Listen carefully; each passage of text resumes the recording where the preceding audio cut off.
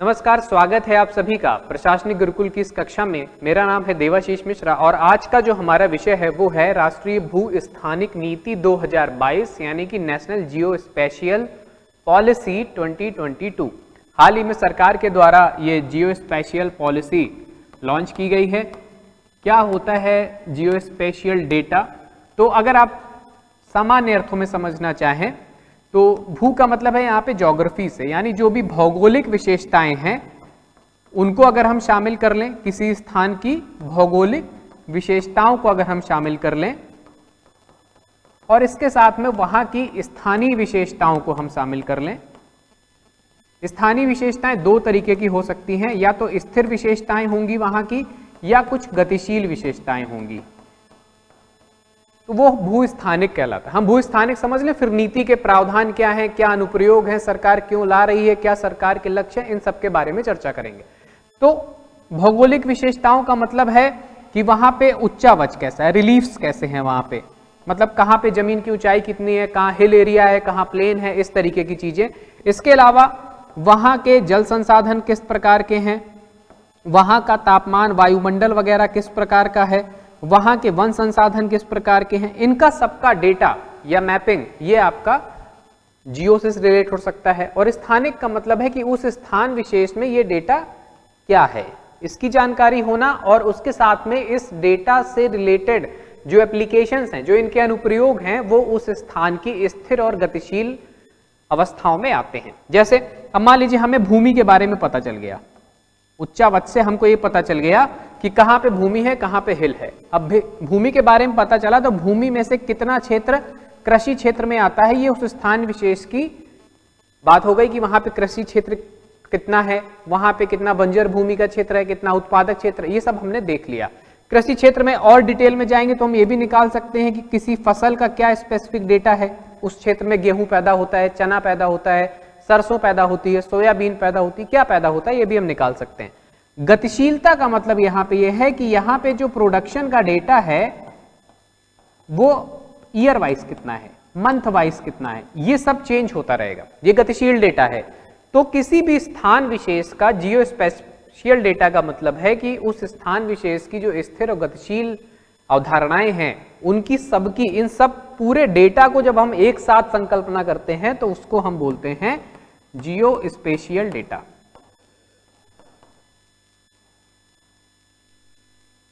अब जियो special data इतना important है कि विश्व में भारत अगर इस डेटा का, इस नीति के माध्यम से उपयोग करता है तो ये जो अर्थव्यवस्था होने वाली है आगामी वर्षों में, वो होने वाली है 63,000 करोड़ रुपए की, और इससे संभावना है 10 लाख रोजगार सृजन की। इतना इंपॉर्टेंट ये डेटा है। तो भारत ने सोचा कि क्यों ना इसके लिए एक पॉलिसी बना दी जाए। इसी पॉलिसी के बारे में यहाँ पे हम चर्चा करेंगे। और इस पॉलिसी के पहले ये जो डेटा था ये सरकार के पास में था, इसके लिए कुछ गाइडलाइंस आई थी, सभी के लिए उपलब्ध नहीं था, लेकिन अब नीति के माध्यम से ये प्रस्ताव कर दिया गया है कि ये डेटा अब सभी के लिए उपलब्ध होगा।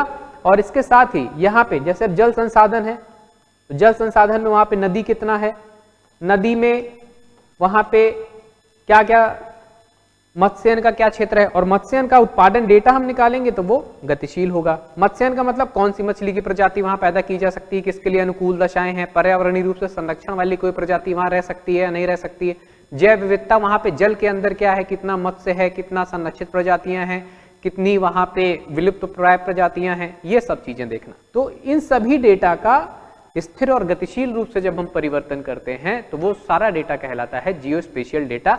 इसी से रिलेटेड पॉलिसी आई है। आइए देखते हैं क्या क्या अनुप्रयोग और हैं इस डेटा के। अनुप्रयोगों की अगर हम बात करें तो कृषि और उद्योग क्षेत्र के लिए हमें आधारभूत जानकारी जरूरी होती है। जैसे अगर हम कृषि की बात करते हैं तो कृषि में अगर हम कोई फसल उत्पादित करना चाहते हैं तो उसके लिए हमको आवश्यक दशाओं का पता होना जरूरी है। आवश्यक दशाओं में वहाँ की भौगोलिक परिस्थितियां भी पता होनी चाहिए और उस स्थान विशेष की परिस्थितियां भी पता होनी चाहिए कि वहाँ पे तापमान कैसा है, मिट्टी कैसी है, ये सारी चीजें। तो वो भौगोलिक डेटा और स्थान विशेष का डेटा हमको अगर मिल जाए तो हमें ये निर्धारित करने में बहुत आसानी होगी कि फसल कौन सी होगी। इसी सब प्रावधानों को नीति में शामिल किया गया। इसी प्रकार से उद्योग के लिए अगर हमको ये पता चल जाए कि कौन सा कच्चा माल हमको उस विशिष्ट क्षेत्र से प्राप्त हो सकता है तो ये डेटा हमको इसी स्पेशल पॉलिसी में प्राप्त हो जाएगा। पॉलिसी में यह कहा गया है कि इन सभी आवश्यकताओं के लिए जो भी डेटा आवश्यक है वो अब लोगों तक उपलब्ध होगा। इसके साथ ही शहरी या ग्रामीण बुनियादी ढांचे का विकास अगर हमको करना है तो हमारे पास में अगर वहां की लोकेशन है, हमारे पास वहां के रिलीफ्स हैं, उच्चावच हैं कि कितना पहाड़ी एरिया है, कितना जंगल एरिया है। जैसे अभी हाल ही में आपने देखा होगा जोशीमठ में हमें भूदशाओं की घटनाएं देखने को मिली। अब जोशीमठ में वहां का जो आधारभूत संरचना है वो मलबे पे बसी हुई है, तो वहां पे क्या प्लानिंग होनी चाहिए? अगर पहले ही हमारे पास जियो स्पेशियल डेटा होता तो हमें यह क्लियर होता कि वहां पे शहर निर्माण की मात्रा कितनी हो सकती है, या वहां पे जल निकासी की मात्रा किस प्रकार से रखनी है, या वहां पे कितनी ज्यादा जनसंख्या बस सकती है, वहां पे संसाधनों पे कितना दबाव प्रकृति झेल सकती है। इन सब चीजों के बारे में जानकारी अगर हमें पहले से हो तो हमें आगे के शहरी या ग्रामीण क्षेत्रों के जो बुनियादी ढांचे हैं, चाहे वो मैदानी क्षेत्रों में हो या फिर वो पहाड़ी क्षेत्रों में हो, उनके बारे में हमको एग्जैक्ट जानकारी पहले से ही प्राप्त हो जाएगी। इसके अलावा और अनुप्रयोग हम देखते हैं अगर तो भूमि का प्रशासन, जैसे हाल ही में सरकार के द्वारा स्वामित्व स्कीम जारी की गई है जिसमें यह बात की जा रही है कि लैंड होल्डिंग किसके पास में कितनी है, ये अभिलेखीकरण इस योजना के तहत किया जाएगा। इस योजना के तहत जो अभिलेखीकरण किया जाएगा वहां का जो भी डेटा होगा वो भी इस पॉलिसी के अंतर्गत उपलब्ध कराया जाएगा, और उस डेटा का जो एकत्रीकरण है वो इस चीज की प्लानिंग के लिए आसान होगा कि हमें जो लाभकारी योजनाएं आगे के लिए चलानी है, या जो हमें कर व्यवस्था भूमि के लिए लगानी है, या जो उत्पादन क्षमता फसल से हमें प्राप्त होने वाली है, उसकी एग्जैक्ट जानकारी हमें पहले से होगी। तो भूमि का प्रशासन भी इसके माध्यम से हो सकता है। बैंकिंग और वित्त, अब अगर किसी क्षेत्र की हमें आर्थिक स्थिति पता है, उस क्षेत्र की जनसंख्या की स्थिति पता है और उस क्षेत्र के उद्योग और वित्त प्रवाह की स्थिति पता है, तो हमें वहां पे बैंकिंग संस्थाएं स्थापित करना, उस क्षेत्र में कितना एनपीए जा रहा है, इस तरीके कोई मैपिंग करना कि कोई एक शहर का एरिया है, मान लीजिए कोई शहर का मैप बनाया जाएगा, इसमें 4 क्षेत्र बना दिए गए इस तरीके से, तो ये बैंकिंग डेटा का भी मैप एक बना दिया जाए इसमें कि भाई जो सेक्टर ए है वहां पे, सेक्टर बी में, वहां पे सी में, डी में, इस तरीके से कहां पे वित्त की क्या स्थिति है। जैसे आप देखेंगे दिल्ली का मान लीजिए हम लोग उदाहरण लेते हैं, तो जो नॉर्थ दिल्ली है वो अपेक्षाकृत वहां पे उच्च मध्यम वर्ग के लोग ज्यादा रहते हैं या निम्न मध्यम वर्ग के लोग रहते हैं वहां पे, लेकिन अगर हम साउथ दिल्ली की बात करें तो वहां पे उच्च वर्ग ज्यादा रहता है। तो ये शहरों के बारे में स्पेसिफिक डेटा अगर हमें मिल जाए कि हाँ भाई यहाँ पे जो है, यहाँ पे अपर क्लास ज्यादा है, यहाँ पे मिडिल क्लास ज्यादा है, यहाँ पे लोअर क्लास ज्यादा है, तो हमें उस तरीके की बैंकिंग और फाइनेंस सेवाएं देने में आसानी होगी, सरकार को अपनी योजनाएं प्लान करने में आसानी होगी कि हाँ किन क्षेत्रों में किस तरीके की चीजें आवश्यक है। राजनीति में परिवर्तन आने लगेंगे, लोगों के पास में, राजनीतिक पार्टियों में जब इस प्रकार का डेटा उनके पास में होगा तो लोगों की क्षेत्रीय मांगे क्या हैं, आर्थिक आधार पर ज्यादा मांगे हैं, सामाजिक समस्याएं ज्यादा हैं उनके पास में, ये सारा डेटा भी उनके पास में उपलब्ध होगा। ये डेटा उनको संसाधित करना पड़ेगा कि वहां पे जनसंख्या का प्रतिरूप किस पैटर्न का फॉलो करता है।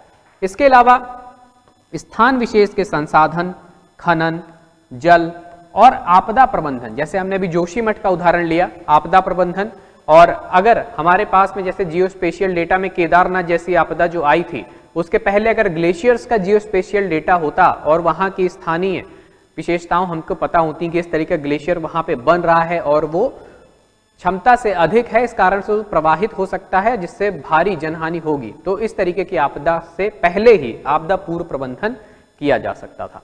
और इसके साथ ही जल संसाधन जैसे आंकड़े, खनन संबंधी जैसे आंकड़े, संसाधन, इन सब के बारे में भी जानकारी मिलेगी क्योंकि उस स्थान की स्थिर और गतिशील विशेषताएं इसमें शामिल होंगी।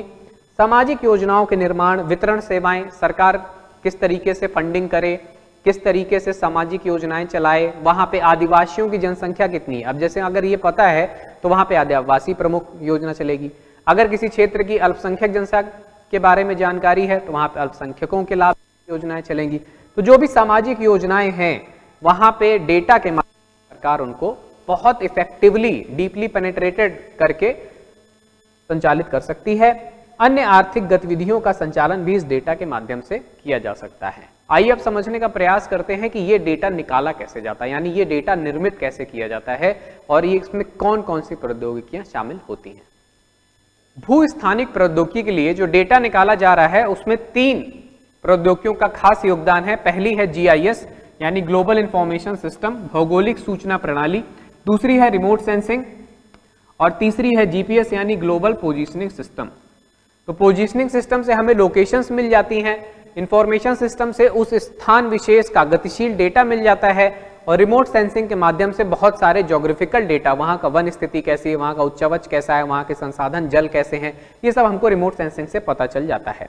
इसके अलावा आजकल जो उसमें और नई प्रौद्योगिकियां आ गई हैं, जैसे 3D मैपिंग का यूज किया जाता है। अब चूंकि भारत भी अपने यहाँ पे लोकेशन सैटेलाइट नेविक का यूज कर रहा है, तो उसका डेटा भी जियो स्पेशल पॉलिसी के तहत उपलब्ध होगा। तो जितना भी डेटा है स्थान विशेष का, संकल्पना को याद रखिए, जितना भी डेटा है स्थान विशेष का भौगोलिक जो स्थिर है या गतिशील है, वो सब जियो स्पेशल डेटा पॉलिसी में आएगा। और वो जहां से भी प्राप्त हो रहा है, किसी एनजीओ से प्राप्त हो रहा है, किसी प्रौद्योगिकी से प्राप्त हो रहा है, किसी सरकारी संगठन से प्राप्त हो रहा है, किसी गैर सरकारी संगठन से प्राप्त हो रहा है, वो सारा सबके लिए उपलब्ध होगा, ओपन डेटा किया गया है। इसके अलावा स्थान विशेष का स्टैटिक और डायमेंशनल जो गतिशील डेटा है वो उपलब्ध रहेगा, और वहां के स्थानिक प्रतिरूप की पहचान के लिए इंटेलिजेंस मैप्स बनाएगा। इंटेलिजेंस मैप क्या है कि जहां पे एक सूचनाएं और ओवरलैप्ड रूप से 2-3 सूचनाएं और रहती हैं। जैसे मान लीजिए एक मैप आपका बना एग्रीकल्चर पैटर्न पे और एक बना टेक्नोलॉजी पैटर्न पे, तो अब जो तीसरा इंटेलिजेंट मैप बन सकता है वो हो सकता है एग्रीटेक पे। तो इस तरीके के इंटेलिजेंस मैप जो ये बता सकें कि दो प्रौद्योगिकियां या दो प्रतिरूप अगर एक साथ मिलाए जाएंगे तो उसके क्या लाभ होंगे। तो जैसे एक एग्जाम्पल हमने लिया एग्रीटेक का। अब दूसरा अगर हम ले सकते हैं कि एक मैप हमारे पास में बना है फाइनेंस का, और एक मैप हमारे पास में बना है उस एरिया की हेल्थ कंडीशंस का, कि कौन सी बीमारियां वहां पे देखने को मिलती हैं। तो अब इससे हम नया मैप बना सकते हैं कि वहां अगर हम हेल्थ इंफ्रास्ट्रक्चर पे निवेश करें तो सरकार को कितना इन्वेस्ट होगा। हेल्थ का नया इंटेलिजेंट मैप बन जाएगा कि वहां के लोगों की आर्थिक स्थिति बहुत अच्छी है, इसलिए वो स्वास्थ्य पे ज्यादा खर्चा करते हैं, तो निजी क्षेत्र के अस्पताल वहां ज्यादा खुलने लगेंगे क्योंकि उनको लाभ की आवश्यकता है। अब अगर कोई क्षेत्र ऐसा है जहां पे फाइनेंस की स्थिति बहुत कमजोर है, लेकिन उसकी वजह से हेल्थ की स्थिति बहुत खराब है, तो वहां पे सरकार को सरकारी अस्पताल खोलने और स्वास्थ्य की योजनाओं को चलाने में ज्यादा आसानी होगी। तो ये इंटेलिजेंस मैप बनाए जाएंगे ताकि वहां के लोकल जो पैटर्न है वो किस ट्रेंड को फॉलो करते हैं, लोकल जो ट्रेंड है वो क्या है। इसके अलावा लोकेशन का यूज करके गवर्नमेंट सिस्टम्स, गवर्नमेंट सर्विसेज और गवर्नमेंट इनिशिएटिव को इंटीग्रेट कर दिया जाएगा, एकीकरण कर दिया जाएगा। यानी गवर्नमेंट जो भी सर्विस प्रोवाइड कर रही है, गवर्नमेंट जो भी सिस्टम चला रही है या जो भी इनिशिएटिव नए नए ले रही है, उनको सबका इंटीग्रेशन हो जाएगा। ये नहीं कि एक ही चीज के लिए 3 योजनाएं चल रही, सरकार का खर्च भी बढ़ेगा, आदमियों को या जो भी सेवा प्राप्त करता है, जो जनता है हमारी, उसको भटकने की आवश्यकता भी नहीं पड़ेगी, वो एक ही जगह पे इंटीग्रेटेड प्लेटफॉर्म पे काम कर सकती है। ये इसका सबसे महत्वपूर्ण अनुप्रयोग है। सरकार कोई ऐसा इंटेलिजेंस मैप का ऐप भी बना सकती है जिसके द्वारा लोगों को ये जानकारी हो। तो नया ऐप भी इसके माध्यम से अगर डेवलप किया जाता है तो उस ऐप के माध्यम से भी लोग उस स्थान विशेष के अनुसार, अपनी आवश्यकताओं के अनुसार उस डेटा का यूज कर सकते हैं। तो ये इतना महत्वपूर्ण डेटा है कि अगर इसको एकीकृत कर दिया जाए तो ये पॉलिसी बहुत सक्रिय रूप से क्रियान्वित होगी, और ये रोजगार सृजन के दृष्टिकोण से बहुत महत्वपूर्ण है, क्योंकि इस डेटा को कलेक्ट करने में और इसको संसाधित करने में यानी प्रोसेस करने में बहुत सारे तकनीकी विशेषज्ञों की आवश्यकता है। इसीलिए कहा जा रहा है कि जियो स्पेशियल डेटा के माध्यम से कम 10 लाख रोजगार सृजन की संभावना है। आइए अब जानते हैं कि नीति क्या है, क्यों चर्चा में है और क्या है इसके प्रमुख प्रावधान। हाल ही में विज्ञान और प्रौद्योगिकी मंत्रालय के द्वारा राष्ट्रीय भूस्थानिक नीति जारी की गई। अब भूस्थानिक डेटा की संकल्पना को भी हमने समझा। भूस्थानिक डेटा क्या है? राष्ट्रीय बुनियादी ढांचे और सूचना हेतु जितने भी प्रमाणित सामाजिक, आर्थिक और पर्यावरणीय मूल्ययुक्त संसाधन हैं वो सब स्थानीय डेटा में कहा जाता है। यानी स्थानीय डेटा क्या है? एक प्रकार का संसाधन है, रिसोर्स है, और इसकी वर्ल्ड में डिमांड बहुत ज्यादा है। अभी हमारी क्या है कि दूसरे देशों पे निर्भरता है, क्योंकि हमारे यहाँ पे तकनीकी उन्नयन का एक संक्रमण काल चल रहा है। धीरे धीरे हमारे पे जितनी ज्यादा तकनीकी उन्नतियां होती जाएंगी उतना ज्यादा डेटा पर निर्भरता दूसरी जगह कम होती जाएगी। तो पॉलिसी पहले से बनाने का मतलब है कि जब इतना सारा डेटा एक साथ होगा तो उसका प्रयोग कैसे किया जाएगा, इसके लिए एक नीति होनी चाहिए। तो इसीलिए विज्ञान और प्रौद्योगिकी मंत्रालय के द्वारा, विभाग के द्वारा राष्ट्रीय भूस्थानिक नीति अधिसूचित की गई है, और इसका उद्देश्य यह है कि जो वैश्विक भूस्थानिक क्षेत्र है उसमें भारत को एक नेतृत्वकर्ता के रूप में, अग्रणी के रूप में आगे बढ़ाना। क्योंकि 21वीं सदी में अगर हम नहीं चलेंगे नई प्रौद्योगिकियों के साथ में तो हमारे जो भी विकास संबंधी गतिविधियां हैं वो धीरे धीरे अवरुद्ध होती जाएंगी। तो इस तरीके की नीतियां, इस तरीके की तकनीकियां और प्रौद्योगिकियां बहुत आवश्यक हैं ताकि भारत को अग्रणी बनाया जा सके और नेतृत्वकर्ता बनाया जा सके। अब इसमें जो महत्वपूर्ण लक्ष्य रखे गए हैं वो क्या है? वर्ष 2030 तक उच्च सटीकता वाले डिजिटल एलिवेशन मॉडल्स बनाना। डिजिटल एलिवेशन मॉडल यानी कि स्थान विशेष में क्या भौगोलिक विशेषताएं हैं वहां पे हमें सटीकता बहुत ज्यादा चाहिए। सटीकता के साथ में डिजिटल एलिवेशन मॉडल और उच्च रिजोल्यूशन स्थलाकृति सर्वेक्षण और मानचित्रण। हाई रेजोल्यूशन के मतलब जो HD और 4K हम लोग बोलते हैं, तो हाई रेजोल्यूशन के मैप्स होने चाहिए। वो मैप्स इंटेलिजेंस मैप्स भी हो सकते हैं और उसके साथ में वहां का स्थलाकृतिक यानी वहां की स्थलाकृतियां कैसी हैं, पहाड़ी एरिया है या मैदानी एरिया है या बाढ़ प्रभावित क्षेत्र है, जल संसाधन वहां पे ज्यादा हैं, ये जो भी विशेषताएं हैं वहां की स्थलाकृतियों के संबंध में उनका हाई रेजोल्यूशन के मैप को आगे बढ़ाना। 3 वर्ष के अलग अलग लक्ष्य भी इसमें निर्धारित किए गए हैं। आइए उनके बारे में चर्चा करते हैं। जो 3 अगले लक्ष्य निर्धारित किए गए हैं नीति में वो हैं 2025, 2030 और 2035। तो 5-5 वर्ष के आधार पे एक फ्रेमवर्क बनाया गया है कि अगले 5 वर्ष में ये लक्ष्य प्राप्त करना है, फिर अगले 5 वर्ष में दूसरा लक्ष्य और अगले 5 वर्ष में तीसरा लक्ष्य।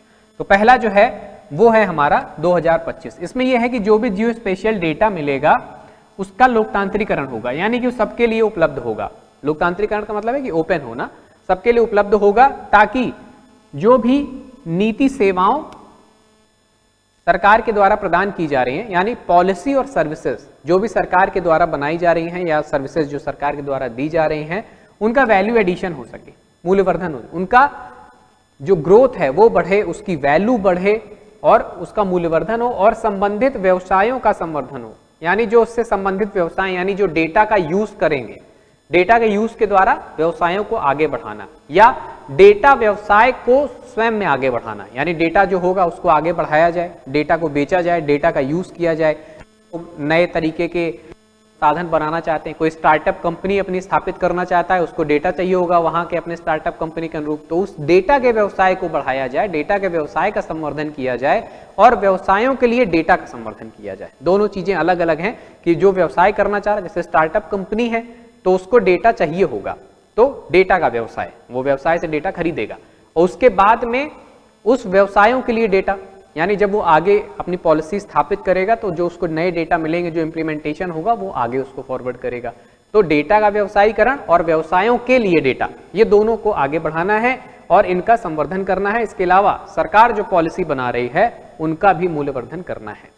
2030 तक ये सबसे महत्वपूर्ण है, उच्च विभेदित सूचनाओं। उच्च विभेदित का मतलब है कि डीप पेनिट्रेटेड एप्लीकेशंस, यानी इतना हाई रेजोल्यूशन का और इतना क्लियर मैप होना चाहिए। इसके लिए जो लक्ष्य निर्धारित किया गया है वो ये कहा गया है कि प्लेन्स में, रूरल और अर्बन यानी ग्रामीण और शहरी क्षेत्रों में 5 से 10 सेंटीमीटर की एक्यूरेसी और हिली एरियाज में या माउंटेन्स में आपकी 50 से 100 सेंटीमीटर की एक्यूरेसी का डेटा दिया जाएगा। यह महत्वपूर्ण रखा गया है। अब इसको एक चीज ध्यान रखिएगा, यहाँ पे डिजिटल जो एलिवेशन मॉडल बनाया गया था वहां पे प्लेन्स के लिए जो सीमा निर्धारित की गई है वो 25 सेंटीमीटर की रखी गई है। ठीक है। अब यहाँ पे यूपीएससी जो क्वेश्चन बना सकता है वहां पे डेटा पे आपको कंफ्यूज कर सकता है कि एलिवेशन मॉडल में डेटा डाल देगा आपका 2030 के लक्ष्य का, तो ये है 5 से 10 सेंटीमीटर, जबकि एलिवेशन मॉडल में है 25 सेंटीमीटर। तो डेटा में कंफ्यूजन हो सकता है, जैसे कई बार 5000 की जगह 5 लाख लिख देता है या 5 लाख की जगह 50,000 लिख देता है। यूपीएससी इस तरीके की टैक्टिक्स करता रहता है, 2017 के प्रीलिम्स में एक बार किया था। तो ये चीज आपको यहाँ पे ध्यान रखना है कि डेटा स्पेसिफिक कहाँ की बात हो रही है। तो जो नीति में 2030 का लक्ष्य रखा गया है इससे कंफ्यूज मत होइएगा, क्योंकि एलिवेशन मॉडल भी 2030 के लक्ष्य को लेकर चल रहा है, लेकिन एलिवेशन मॉडल में जो फ्रेमवर्क है उसमें 25 सेंटीमीटर की बात की गई है, लेकिन यहाँ पे 2030 का जो लक्ष्य रखा गया है वहां प्लेन्स के लिए 5 to 10 सेंटीमीटर की बात की गई। इसके अलावा 2035 तक ब्लू इकोनॉमी को अलग से भी आपको तैयार करना है परीक्षा के लिए। ब्लू इकोनॉमी से बहुत सारे प्रश्न आते हैं, यानी समुद्रिक संसाधनों का आर्थिक रूप से प्रयोग करना। और वहां पे आर्थिक संभावनाओं की खोज करना, आर्थिक चुनौतियों को समाप्त करना और साथ साथ में आर्थिक डेटा जो ब्लू इकोनॉमी से रिलेटेड है उसकी उपलब्धि सभी संसाधनों के लिए उन संस्थाओं तक होना इकोनॉमी को आगे बढ़ाना। या जैसे मत्स्य उत्पादन को बढ़ाने वाली कोई कंपनी है जो मरीन प्रोडक्ट्स बेचती है, उसके पास में वो डेटा होना चाहिए। तो ब्लू इकोनॉमी के लिए भी ये स्पेशल पॉलिसी काम करेगी कि जितना भी बैथीमेट्रिक भूस्थानिक डेटा है, बैथीमेट्रिक का मतलब होता है कि संसाधनों संबंधित स्थानीय डेटा, जैसे अगर कोई रिवर वहां पे बह रही है तो रिवर क्या है, वहां का सरफेस वाटर क्या है, मतलब और तालाबों में क्या स्थिति, सी सरफेस वाटर क्या है, कितनी गहराई तक है, अलग अलग चीजें, क्योंकि मान लीजिए अब सी है तो सी में अलग अलग ऊंचाइयां हो सकती हैं, पानी तो अलग अलग जगह होगा, तो कहीं गहरा होगा, कहीं कम गहरा होगा, कहीं एकदम उथला होगा। तो बैथीमेट्रिक डेटा यही बताता है कि कहां पे जल संसाधन किस स्तर का है, कितनी गुणवत्ता का है। तो ये बैथीमेट्रिक डेटा स्थानीय स्तर पे बनेगा जिसमें रिवर वाटर, सरफेस वाटर, सी सरफेस वाटर सबके बारे में डेटा होगा, ताकि ब्लू इकोनॉमी की जो संभावनाएं हैं उनको 2035 तक आगे बढ़ाया जा सके और जितने भी हमारे प्रमुख शहर कस्बे हैं इनको नेशनल डिजिटल ट्विन में परिवर्तित करने की बात है। मतलब दो ऐसे शहर जो हैं जहां पे संसाधन की स्थिति एक जैसी है, वहां की भू स्थलाकृतिक विशेषताएं एक जैसी हैं, तो उनके बीच में डेटा शेयरिंग, उनके वहां पे पॉलिसी जो जो अपनाई जा रही है उसके शेयरिंग, वहां पे अगर कोई डिजास्टर की स्थिति बनती है तो उसकी शेयरिंग, वहां पे पॉपुलेशन पैटर्न, फाइनेंस पैटर्न क्या है इसकी शेयरिंग। तो डिजिटल ट्विन का मतलब है कि दो अगर एक जैसे शहर हैं जो भूस्थानिक रूप से एक जैसे हैं, यानी ज्योग्राफिकल वहां की पोजीशंस और वहां के डेटा का जो स्टैटिक और डायनेमिक पार्ट है वो दोनों में लगभग एक जैसा है, तो उनको नेशनल डिजिटल ट्विन्स सिटीज के रूप में विकसित किया जाएगा। इनके बीच में डेटा का आदान प्रदान होगा ताकि शहर एक दूसरे की मदद कर सकें विकास प्रक्रियाओं में। तो ये 3 लक्ष्य निर्धारित किए गए हैं और यहां से प्रश्न बनने की संभावना बहुत अधिक है। आइए अब जानते हैं नीति के और प्रावधान क्या है। नीति के अन्य प्रावधानों में भू स्थानिक आधारों पे यानी जियो स्पेशियल डेटा जो है वहां पे क्या फोकस किया जाएगा, अवसंरचना, कौशल, मानक एवं व्यवसायों का निर्माण। किसके आधारों पे, भू स्थानिक आधारों पे निर्माण किया जाएगा। किसका किसका, अवसंरचना यानी इंफ्रास्ट्रक्चर का, कौशल यानी स्किल डेवलपमेंट की वहां पे क्या क्या संभावनाएं हैं, मानक यानी स्टैंडर्ड्स, वहां पे कौन कौन सी पॉलिसियां चल सकती हैं, वहां पे जनसंख्या का स्तर क्या है, वहां पे प्रदूषण का स्तर क्या है, अलग अलग डेटा हो सकता है। और साथ ही में उनसे संबंधित जो व्यवसाय हैं, जो आपके प्रोफेशन हैं, वो क्या क्या हो सकते हैं, इसकी बात हम करते हैं। तो भू स्थानिक आधारों पे अगर इनको स्थापित करना है, कोई संरचना बननी है, कोई विकास योजना जानी है, कोई स्टैंडर्ड स्थापित करने, तो उसके लिए डेटा का यूज किया जाएगा। ये नीति के प्रावधान में शामिल किया गया है। और इन डेटा से जो सूचना प्राप्त होगी या नया हमें अगर सृजन करना है, डेटा से बहुत सारी सूचना निकलती रहती है जिसको हम डेटा प्रोसेसिंग बोलते हैं, कि एक डेटा आ गया फिर कोई 2 डेटा मिला करके तीसरी सूचना बनाई, या हमने उसके ट्रेंड को फॉलो किया कि क्या प्रवृत्ति रही है, इसी आधार पे आगे की प्रवृत्तियों का आकलन करना। तो ये सब सूचनाओं के सृजन और प्रबंधन हेतु नवाचारी विकल्पों पे विचार किया जाएगा, यानी इनोवेटिव ऑप्शंस क्या होंगे या और क्या डेटा का यूज हो सकता है, उसके बारे में भी ये नीति विचार करती है।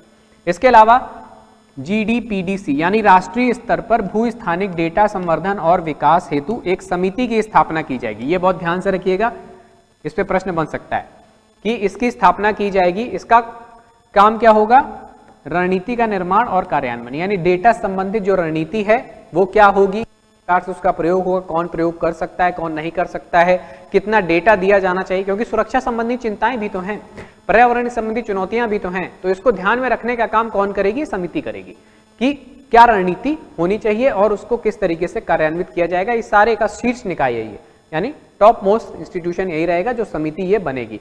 और ये समिति जो है ये DST यानी department of science and technology, जो इसका नोडल विभाग भी है इस नीति के कार्यान्वयन के लिए, उसको उपयुक्त सिफारिशें करेगी। मतलब इसके पास डेटा रहेगा, ये पॉलिसी बनाएगी, तो ये सिफारिश करेगी विज्ञान और प्रौद्योगिकी विभाग को। देखो कि हमने डेटा, हमको ये मिला था, इससे हमने प्रोसेसिंग करके ये एक थीम तैयार की है, इस थीम के आधार पे आप योजना चला सकते हैं। या ये थीम मान लीजिए एग्रीकल्चर मिनिस्ट्री की है, तो विज्ञान और प्रौद्योगिकी मंत्रालय एग्रीकल्चर मिनिस्ट्री को वो थीम प्रोवाइड करेगा कि आप आगे की योजनाओं में इस चीज को ध्यान में रखें, ये प्रवृत्तियां यहाँ के डेटा में दिखाई पड़ रही हैं। तो ये कौन सिफारिश करेगा, ये पीडीसी सिफारिश करेगी विज्ञान और प्रौद्योगिकी विभाग के द्वारा, किसी अन्य मंत्रालय कर सकती है, या कोई एनजीओ मान लीजिए वहां पे काम कर रहा है, या कोई स्वयंसेवी संगठन ऐसा है जो आपदा प्रबंधन के लिए काम कर रहा है, तो उसके लिए वो डेटा उपलब्ध कराया जाएगा ताकि वो वहां पे तीव्रता से और अच्छी सटीकता के साथ में अपने कार्यों का प्रबंधन कर सके। तो ये भी नीति के अन्य प्रावधान रखे गए हैं। नीति का महत्व आप इसी बात से समझ सकते हैं कि डिजिटल इंडिया का लक्ष्य रखा गया है। डिजिटल इंडिया में सबसे महत्वपूर्ण चीज है डेटा।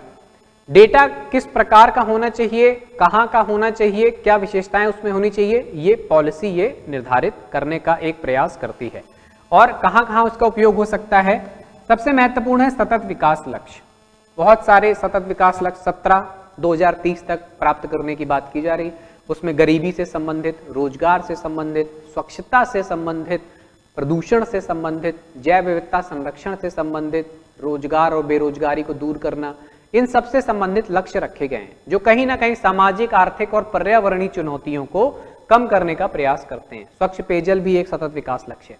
तो इनकी प्राप्ति में यह सहायक होगा, क्योंकि इन लक्ष्यों की प्राप्ति के लिए जो नीतियां बनती हैं वो कहीं ना कहीं क्रियान्वित नहीं हो पाती ठीक से, क्योंकि उनका बेस नहीं होता है, पॉलिसी का कोई बेस नहीं होता है।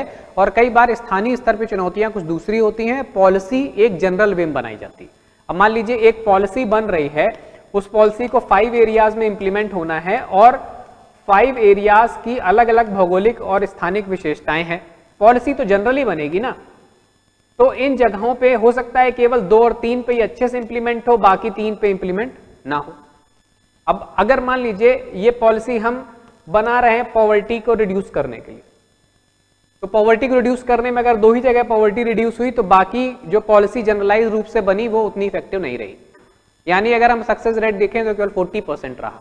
तो कैसे ये डिसाइड होगा, तो अगर हमारे पास में इन 5 जगहों का जियो स्पेशियल डेटा होगा तो हम सभी के लिए स्थान विशेष के आधार पे अपनी नीति में थोड़े थोड़े परिवर्तन कर सकते हैं। कुछ सब क्लॉजेस डाल सकते हैं, उप बिंदु डाल सकते हैं कि भैया अगर इधर पे नीति अगर आप चलाएंगे तो ये एक विशिष्ट प्रावधान है, स्थान 4 के लिए एक अलग विशिष्ट प्रावधान। तो इससे क्या होगा कि इनकी प्राप्ति में तीव्रता आएगी और योजनाओं में हमारी सटीकता आएगी। ये इस नीति का लाभ है।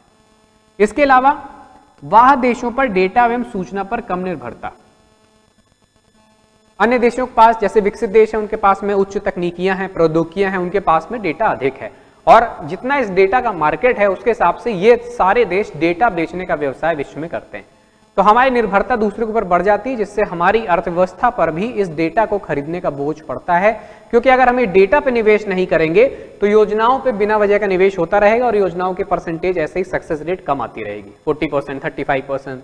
तो अगर हमें योजनाओं की सक्सेस रेट बढ़ानी है, 70% करना है उसको, 80% करना है उसको, तो हमारे पास में पहले से डेटा होना चाहिए। अभी तक हमारी निर्भरता दूसरे देशों पर अधिक थी। पॉलिसी बनने के बाद यानी 2035 तक स्थिति ये हो जाएगी कि हमारी पूरी निर्भरता आत्म रूप से हो जाएगी। आत्मनिर्भर भारत और डिजिटल इंडिया का आप समन्वय यहाँ पे समझ सकते हैं और बाद देशों पर डेटा और सूचनाओं पर निर्भरता कम हो जाएगी। इसके अलावा अगर कोई स्टार्टअप परियोजना कोई स्थापित करना चाहता है, कोई स्टार्टअप परियोजना वहां पे स्थापित करना चाहता है तो उसकी उचित जानकारी तक पहुंच हो जाएगी। स्टार्टअप किसी भी क्षेत्र से रिलेट हो सकता है। मान लीजिए वो जल संसाधन से कोई रिलेटेड काम कर रहा है, अब वहां पे जल संसाधन जो है वो प्रदूषित हो रहा है। अब वो ये चाहता है कि स्थानीय स्तर पे इस प्रदूषण का जो डेटा है वो सभी तक पहुंचता रहे ताकि लोगों के मन में ये जागरूकता बने कि हमारे क्षेत्र का जल प्रदूषित हो रहा है। तो उसके पास में जियो स्पेशियल डेटा कहां से आएगा, वो पॉलिसी के माध्यम से ये डेटा ले सकता है। या मान लीजिए कोई एक इंडिविजुअल ऐप बना रहा है, स्टार्टअप हो सकता है, ऐप बनाना भी एक स्टार्टअप हो सकता है। उस ऐप के माध्यम से जैसे बहुत सारे स्टार्टअप चले हैं, आपने देखा होगा। तो इंडिविजुअल ऐप वो बना रहा है किस चीज के लिए, एग्रीकल्चर के लिए वहां पे क्या फसल की योजनाएं चल रही हैं इनकी जानकारी दे सकता है। जैसे प्रधानमंत्री फसल बीमा योजना, स्वामित्व योजना,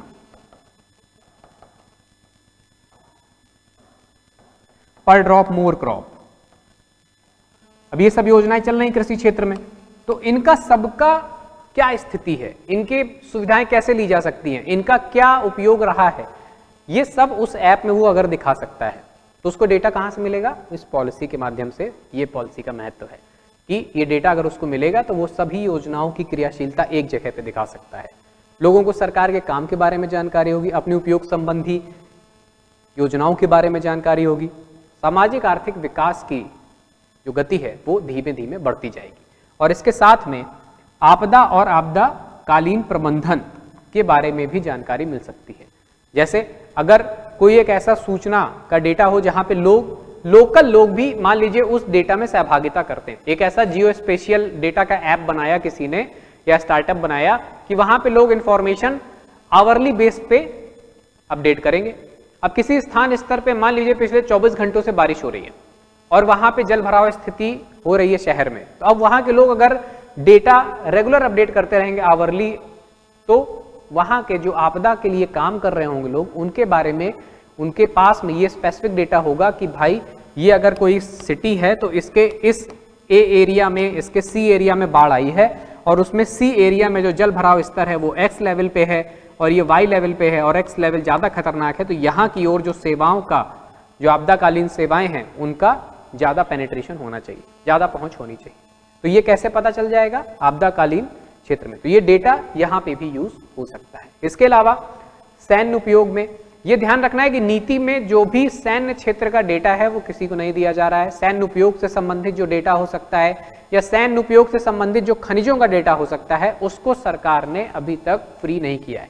जैसे पहले क्या था, जो गाइडलाइंस आई थी उसमें यह था कि आप डेटा नहीं यूज कर सकते हैं, लेकिन अब जैसे पॉलिसी में ये हो गया है कि आप सेल्फ सर्टिफाइड करके डेटा ले सकते हैं। मतलब आप खुद सर्टिफिकेशन दे दीजिए कि हाँ मैं ले रहा हूँ, इस यूज के लिए ले रहा हूँ और इसका गाइडेंस ये रहेगा, तो आपको सेल्फ सर्टिफिकेशन के द्वारा डेटा एक्सेस मिल जाता है। लेकिन सैन्य क्षेत्र का बहुत सारा डेटा भी इसमें नहीं एक्सेस दिया गया है। लेकिन आगे सैन्य क्षेत्रों में उपयोग के लिए ऐसे इंटेलिजेंट मैप्स यूज किए जाएंगे जो जियो स्पेशियल पॉलिसी से बने होंगे, यानी आपके आतंकवादी क्षेत्रों की पहचान, उनके शिविरों या कैंपों की पहचान, उसके पास में कौन कौन सी कमजोर स्थितियां हैं जिसका लाभ सेना उठा सकती है, इस सबको मैप के माध्यम से बताया जाएगा। तो सैन्य क्षेत्र में भी इसका उपयोग हो सकता है। इसके अलावा शासन के सभी स्तरों पर जवाबदेही और पारदर्शिता बढ़ेगी। क्योंकि डेटा की उपलब्धता सभी के लिए है, तो बहुत सारे स्वयंसेवी संगठन या बहुत सारी ऐसी स्वायत्त ऑडिट संस्थाएं इस डेटा का उपयोग करके सरकार के ऊपर जवाबदेही और पारदर्शिता बढ़ाने के लिए दबाव बना सकती हैं,